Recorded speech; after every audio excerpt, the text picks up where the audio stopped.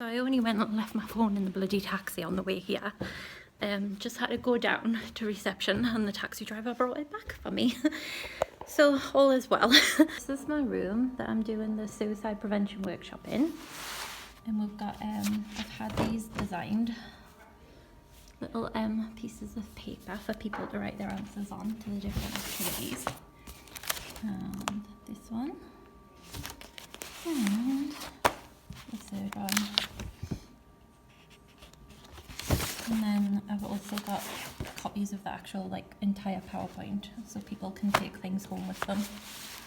And we're all set up on the screen. Hi. So all is going well. I've done the morning workshop. I had 17 people came to it. I didn't time manage properly and we didn't get to finish the activities that I had planned. So I'm doing the workshop again this afternoon and I've kind of learned from this morning, so I know how to time manage a bit better and a different way to do the activities and stuff so that it's quicker. So we're on lunch break now, but there wasn't anything I liked on the buffet, so I went to the Co-op and got that. And yeah, it's really good. We're lots of people talked and shared their stories and stuff in the group, because the workshop I'm doing is suicide prevention, and a lot of people sort of shared their experiences. So we're about to start the afternoon group, and fingers crossed I do a bit better with my time management. Do it. And actually, one of the first diagnostic criteria of any mental illness is an inability to communicate, right? Reason for that is there's a little bit in your brain called the cerebral cortex. It's near the language centre. That actually starts shutting down. That's one of the major signs of any mental illness. So saying to someone with mental illness, just talk, is a bit like saying to someone with lung cancer, oh, get it off your chest, right? You'd never do that, would you? That would be hugely offensive, yet we say to people, just talk. And I didn't realise that I got a problem when I started talking about this more openly, and a lot of people kept on saying to me kind of helpful things, they kept on saying things like, oh, you don't look anorexic. And obviously it's a mental illness, it's not an aesthetic, it's to do with the brain, not the body. So saying to someone, oh, you don't look anorexic, the correct response to something like that is, well, you don't look like a blinking moron. But I don't normally use the word blinking. Just feel like we're at the RSC, looking at a shape, oh, blinking heck. One of the most unhelpful things anyone said to me, actually, a woman came up to me after a show, she said, you know what, Dave, I don't think you're really anorexic. I think you're a white, middle-class man who has so much unchecked privilege, you need to create something in order to feel special. I know, I said, Jesus, Mom.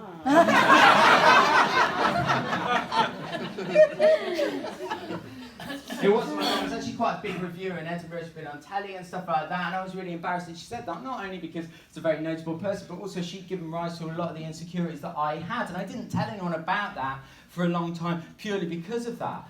And in fact, one of the first people that I actually told that story to was an Australian comic, very good friend of mine, a wonderful comedian, and I told him that story, and he said, Jesus, I can't believe she said that to you. What did you say? What did you do? And I said, well, what I did was, I went away and I very openly relapsed. I got down to a dangerously low BMI. I took so many laxatives that my own blood became poisonous, and I had to go through 2.5 years of therapy. And he just looked at me and he went, you showed her! But it's true, I did. I had loads of different types of therapy. Admittedly, it was quite unprofessional for the facilitator to say that. I do joke, genuinely, all of this is how I met my girlfriend, right? Because she's a doctor of psychology, so not a real doctor. I'm not having a go! Right, my only point on that is, when was the last time you got on a plane and the pilot went, is there a doctor on board? We seriously need to talk about this man's relationship with his father. It's never happened, has it? So all I'm saying, and actually how we met was because she did her doctoral thesis on men with eating disorders. She was presenting her research at a conference down in Brighton where I was the keynote speaker. We met, and next year we're going to get married.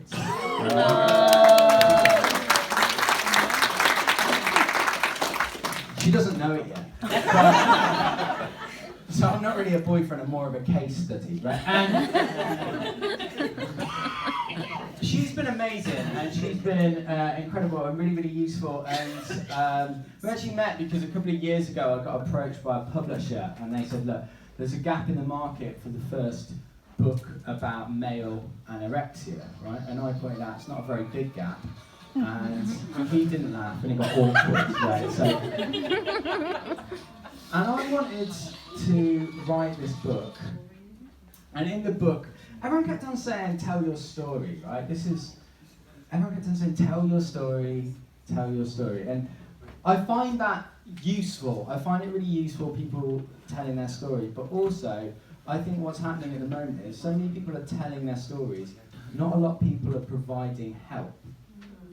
And actually, there's no real coping mechanisms out there. And I don't want to get too political, but what I see is increasing amounts of people sharing their story, making an increasing amount of people realise they might have a mental health condition, and we are under a government that is systematically strangling the NHS for all it's worth, so that they can privatise it, sell it off to their Etonian mates, and actually make a quick buck. And actually, I think we're just making people more ill by not having the support out there. So what I wanted to do was I wanted to write the book I needed when I was 17. And when I was 17, I needed two things. I needed coping mechanisms, and I also needed people to treat me like a person, not a patient.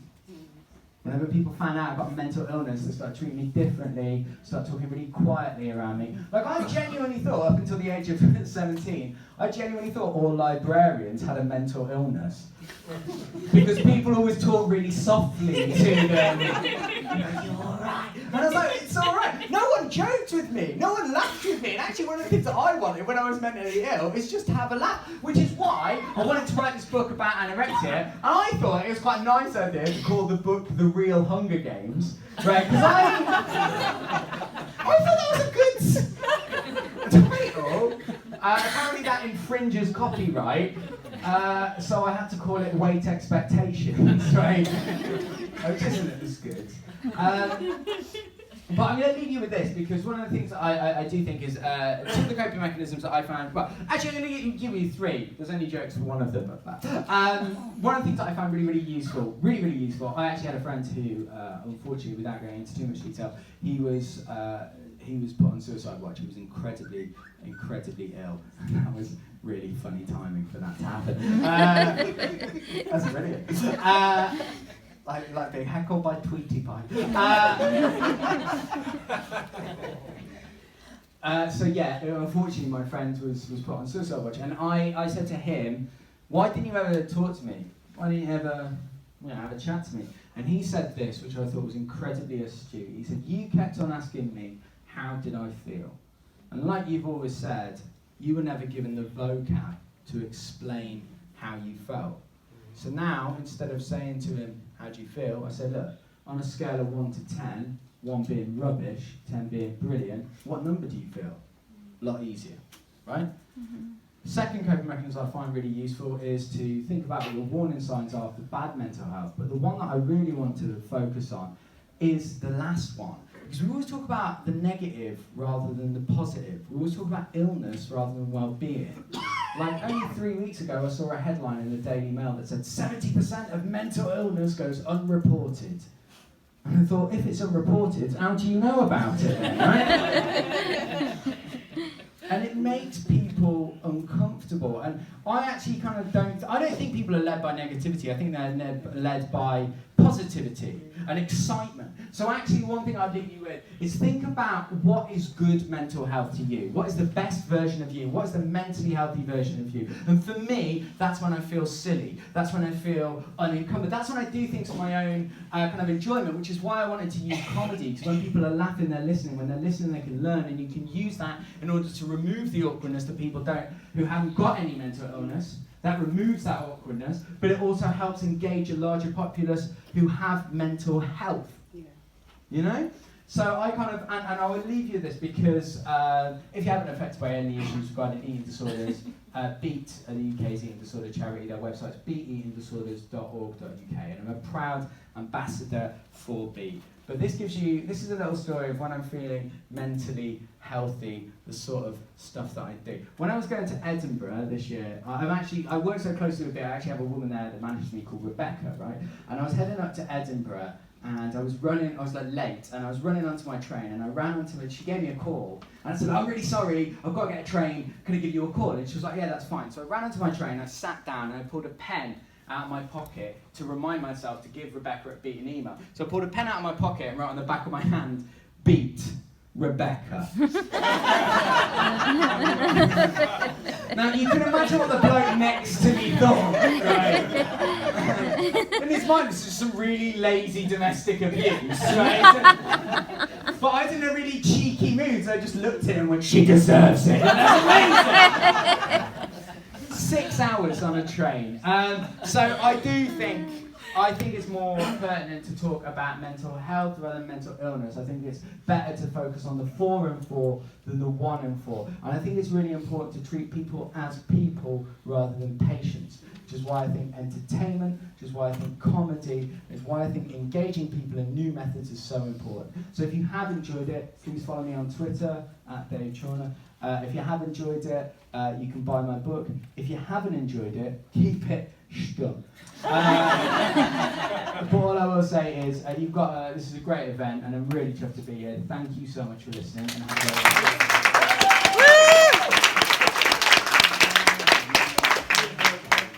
And next we've got Amy Wills.